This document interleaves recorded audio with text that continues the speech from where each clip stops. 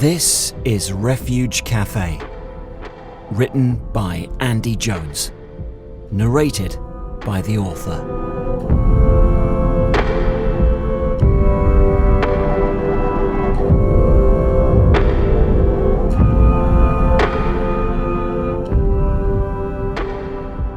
We'd had a fight.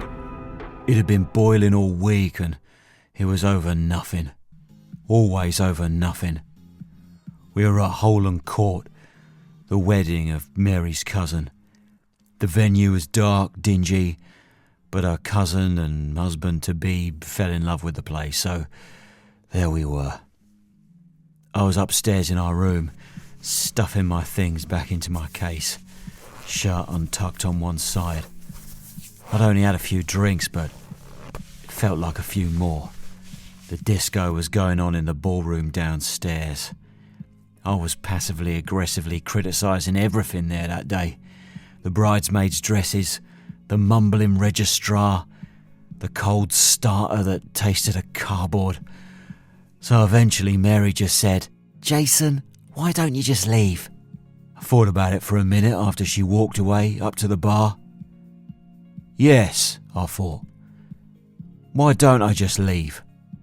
That'll show her. Oh, the rain was getting heavy. I had a 2-hour drive to get back to the flat. But then I just wanted to get out of that place. I'd be long gone before Mary even noticed. I wiped the rain from my face before driving off. I headed out of the guest parking area. The dull old path lamps with a reddish hue, just about bright enough to guide me through the dark to the end of the drive along the gravel. Just a single-lane country road out front. I'll be back on the motorway in a few minutes. Then it was a simple ride home. Mary would get a lift from her parents in the morning, or her brother. I didn't know exactly how to get onto the main roads from there. Mary had guided me in, squinting at the little map printed on the back of the cheap wedding invitations. The ink smudged a little on the inexpensive, crinkled, stiff paper. We had crawled along the narrow country lanes on the way there that morning. I'd have to take it easy heading out into the darkness. After nearly 20 minutes of driving, I still hadn't found the main road to take me onto the motorway. I should have turned left out of Holland Court, gone back the way I came in. Instead, I made a right. I still couldn't work the sat-nav properly on this crappy old Vauxhall Mary's brother sold me 6 months back. I sped past an old barn, one eye on the road, one eye trying to get the sat-nav on. Oh, what button was it?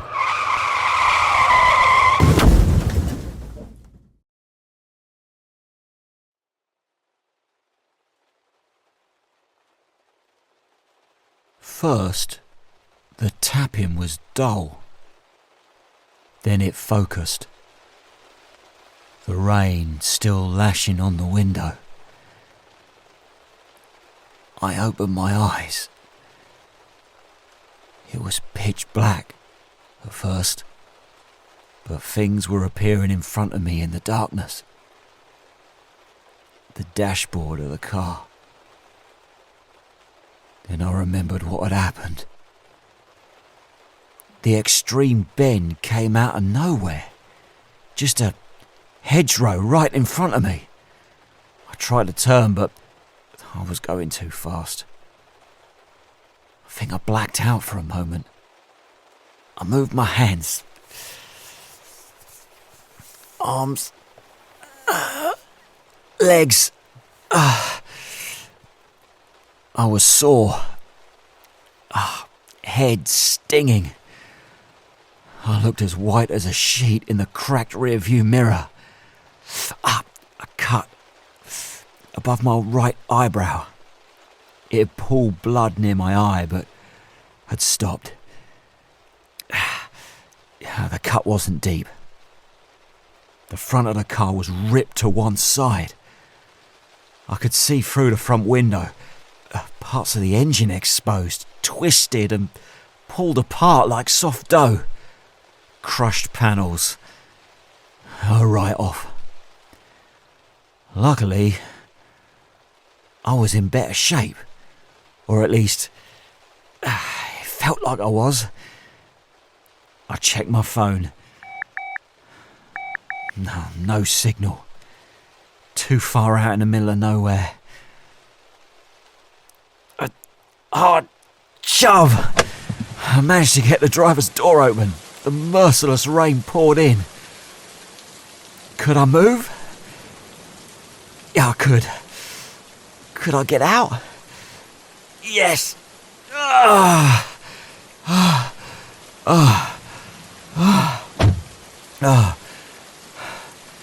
It didn't hurt to stand. I tried a few paces.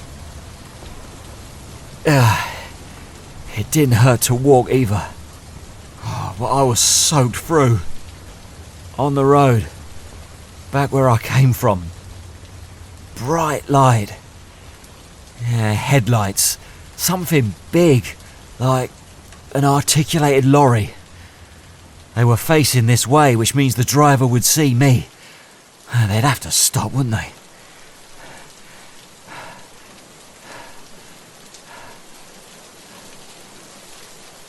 But after a minute out there in the pouring rain, the lights remained motionless.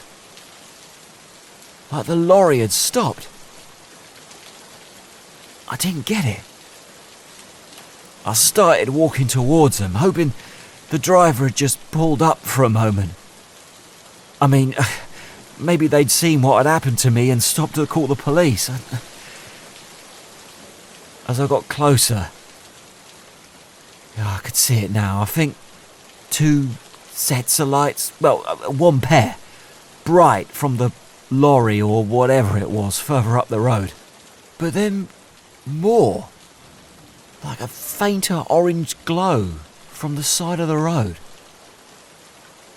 I kept walking. The road curved slightly. I left my crushed car in the blackness. As I walked along, I saw where the duller lights were coming from. The old barn. I thought it was dark, just like some old shack when I sped past it, but obviously I was wrong. I got closer and felt some relief. It wasn't an old barn I'd driven past at all. It was a little shop or something. The sign above the door said, what was that? Refuge Cafe. An open sign up against the front door, clanging in the rain. Parking to the side for maybe 5 or 6 cars. It's just a little roadside cafe. The lights from the lorry were still just a little further up the road. I stopped and looked at the light, squinting. Still couldn't make out the lorry that must have been behind them. They were really bright, full beam. Who the hell parks a big rigged lorry on a full country road and puts their headlights on full? For some reason, it made me afraid. I pushed against the door of the cafe and thank God it opened. I stumbled inside. My clothes dripping, soaked to my skin. It was warm inside. The orange light from old compact fluorescent light bulbs hanging bare from the ceiling, the kind you can't get anymore. It felt good to be indoors, out of the rain, away from that lorry, the full beam headlights. A few tables and chairs, and a more comfortable couch at the far end, with a roaring fire. Manna from heaven. I headed to the couch and sat down. It felt perfect. I could start to feel my fingers again. Bad night. The voice made me jump. Sitting by the counter looking down. An old man, pasty skin, white hair receding, horn-rimmed glasses reflecting back the flickering light of the fire. I hadn't even seen him when I walked in. He was reading a newspaper on the counter, Hadn't even looked up at me as he spoke. "Oh, sorry, I didn't mean to just barge in." "We're open. That's what the sign says." He still didn't look at me. Kept reading his paper. Thank you. Yes, it's, a bad night out there." He looked up at me now. "No, I was asking if you'd had a bad night." I hadn't thought about the fact he must have seen me as I first come in. Torn jacket, blood running over side of my face. "Yeah, I've been in an accident. The bend just down the, Yes, that's a dangerous spot if you go too fast. Been a few accidents. You haven't been the first." "Right. Have you got a phone? My mobile's got no signal." He looked back down to his paper. A lazy gesture with a thumb to the far wall of the cafe. "It's there. Often doesn't work when the rain's this bad, though." I got up, conscious of the damp mark my soaked clothes had left on the couch. Put a few 20p pieces into the slot on the top of the old blue phone. Who could I call? Mary. I'd have to.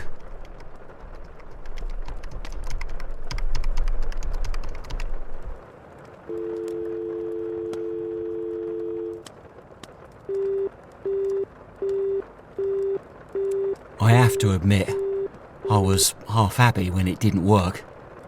I wasn't ready to speak to Mary. Not yet. I wandered over to the other side of the cafe and looked out of the window. Yeah, it's not working. The weather. It'll work when it clears up again. Saw the bright lights from that lorry still outside. "Who is that out there?" I asked. "Maybe you could get a lift." The idea was still unsettling somehow. You mind if I just wait here a bit? Get warm again? Yeah, till the rain eases off at least." The old man looked up at me and smiled for the first time. A tooth on the left side near the front was missing. "You'll be my guest." Can I have a coffee?" "You're in luck, son. I just made a fresh pot." He served it up in a clean but cracked white mug. Felt solid in my hand. Warm. "Thanks. What do I owe you?" "On the house. Clearly you've had a difficult evening." "Oh, thank you, that's very kind." I headed back to the couch, the warmth running up through my legs and into my chest. Coffee didn't really taste of anything, but the heat down my neck was more than welcome. Do you get much business here? I didn't notice you when I drove past." "You'll be surprised how busy I am. Where have you come from to bring you so far out here?" Olin Court, do you know it?" Yes, I know it. Funny time to be leaving. Were the post-wedding celebrations too much for you?" "What? How did you know I was at a wedding?" "Oh, well, it's Holland Court. For at least 50 years it's been used for business conferences or weddings. Anyone coming from there at 11:30 on a Saturday night wasn't there for a business conference." "Who tied the knot?" "Not you, I hope." "Oh, no. My girlfriend's cousin." "And you left your girlfriend there?" "Yeah, well, we had a fight, and I left." Weddings can be emotional times." "I guess so." "You've been, working here long?" "I've been doing this job forever." "Right. I bet you meet all types." Yes, I do. Every kind of person." "I hope the fire isn't too warm for you." "Oh, no, it's perfect, thank you." "Oh, my clothes are drying real quick. Tell you what, I'm really lucky you were open." "What was it all about?" "What? Your argument? What was it all about?" "Oh, it was just, it was just silly. I don't know how it started, to tell you the truth. I was irritable from first thing in the morning. You know, I hate weddings. And then my girlfriend's mother, she keeps winding me up." "Oh, yes? What did she say?" "Oh, it was just that she kept, saying to us, 'Oh, you'll be next.' Asking me when you're going to make an honest woman of my daughter. Yeah, all that stuff, A commitment you're not ready to make. No, it's not. I mean, we've hardly been together for, how long? Well, 7 years, I guess. Yeah, 7 years last month. But I don't think we're ready. I mean, it's a big commitment, isn't it? And I know so many people who get married and after a couple of years, the spark dies out. Half my friends, they're miserable. One of them, he's been with the same girl, Beth, for 3 years? They got married last spring. I saw him the other day. He's just unhappy. Already talking about getting a lawyer involved. I mean, what's the point? Half of marriages end in divorce, don't they? So I hear. But is marriage something your girlfriend wants? What? No. Well, I mean, we haven't really, it only comes up when her mother says something. She's never said, I don't know. I mean, we're happy. I sounded like I was trying to convince him. Or convince myself. But no, I didn't need to. It was the truth and I knew it. We are happy. Was she who you were trying to call? Yes. I suddenly had this urge to speak to her. To hear her voice. Apologise for being such a pillock, for being selfish and mean. I was ashamed. I needed to make amends. Can I try her again? What will you tell her? Well, that I'm fine, but the car isn't. And that I'm sorry, and that and that I love her. Oh, is that stupid? She gonna laugh at me, do you think? Maybe I shouldn't, should I do it? It's a public phone. I can't tell you what to do. No, I had to call her. I just had to. Put in the money and try again.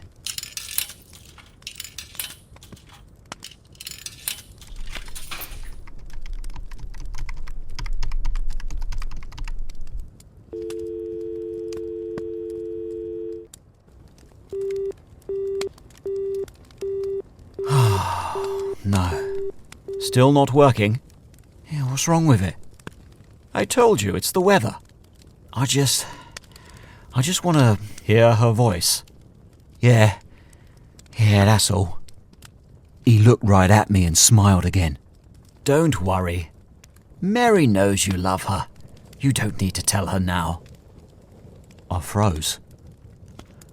I looked right at him and slowly backed away into the corner. I could feel my heart pound. I didn't tell you her name. What? I didn't tell you my girlfriend was called Mary. Well, how else could I have known? Who are you? Really? Something wasn't right. This place wasn't right. And he wasn't right. I was still holding the coffee mug in my hand. A second ago it was half full, but it was empty now. I dropped it out of shock. And the fire was out. I mean, it wasn't just out, it looked like it hadn't been on at all. What's going on? What have you done to me? I haven't done anything, Jason. I didn't tell you my name. Get back! Get away from me! I'm not going to hurt you. I couldn't do that even if I wanted to. I'm not here to make you upset, Jason. I'm here to put you at peace. I wanted to make a bolt for it. Run for the front door, pull it open and get back out into the rain. Back out there, get to the lorry driver parked up and get help. Just get away. You've had a very tough night, Jason, and I'm truly sorry.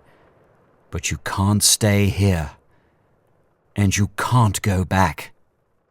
There's only one way to go. I noticed my clothes weren't wet anymore. The damp mark on the couch was gone. The rain had stopped. The phone was gone. It just... Oh no. It just wasn't there anymore. I pressed into the corner of the room. I wanted to disappear. I looked down at the blue and white lino flooring. Pristine. was almost too clean, like no one had ever walked on it before. I could see it now. The whole place was wrong somehow. I didn't want to look back up. I was too scared to look up at the old man behind the counter. Oh, God. Don't be afraid, Jason. Look up. Oh, my God. It's like he can read my... No one is going to hurt you. No one will ever hurt you ever again. You have my word. I looked up at him. He was staring directly at me now. Those piercing, thin, dark eyes, no longer softened by the reflection of the fire. I edged along the wall, trying to get closer to the door. Look, just leave me alone, all right? Whatever this is, just leave me alone. Jason, I promise, I'll stay right here. You're free to leave. Listen, the rain has stopped. That means it's time to go. Just know that there's no reason to be afraid. Not anymore. I was within a few feet of the door now. Oh, but what if it was a trick? What if he'd leap out at me as I went for the door? I'd never been more terrified. I was sweating and I felt like my heart was going to burst out my chest. There was something truly awful about this man, about this place. It made me think of... I went for it. I yanked open the door with all my strength and I ran out and kept running and kept running and I kept running as the door crashed behind me. I just ran and ran. I glanced back. The orange lights from the Refuge Cafe getting duller now as I left it behind, looking all the dimmer as I got closer to... the lights from the lorry. Really bright now. Closer. I stopped. Still couldn't make out the vehicle behind the beam. I had been afraid of this lorry and these lights. But to get away from the cafe, I didn't realise I was running straight towards them. I squinted at the light, trying to make out anything past them. Hello? Is anyone there? Nothing. Literally nothing. I noticed there was no wind anymore. It wasn't cold. It wasn't anything. The cracked tarmac underfoot, lit up by the lorry's full beam, wasn't even wet despite the absolute downpour of the last few hours. I looked back to the Refuge Cafe, but all I saw was an old, abandoned barn. The one I sped past before I crashed the car. There was no cafe there. There had never been a cafe there. I turned to the lights. I didn't squint this time. I didn't need to. I didn't try and look for the large articulated lorry behind the light, because I now knew it wasn't there. I thought about the things the old man behind the counter had said to me. You'll be surprised how busy I am. No one is going to hurt you. No one will ever hurt you ever again. I'm not here to make you upset, Jason. I'm here to put you at peace. And just before I ran out, it's time to go. Just know that there's no reason to be afraid. Not anymore. And I wasn't afraid. I knew who he was.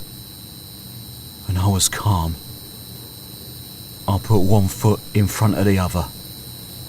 And slowly, carefully, deliberately, I walked towards the light.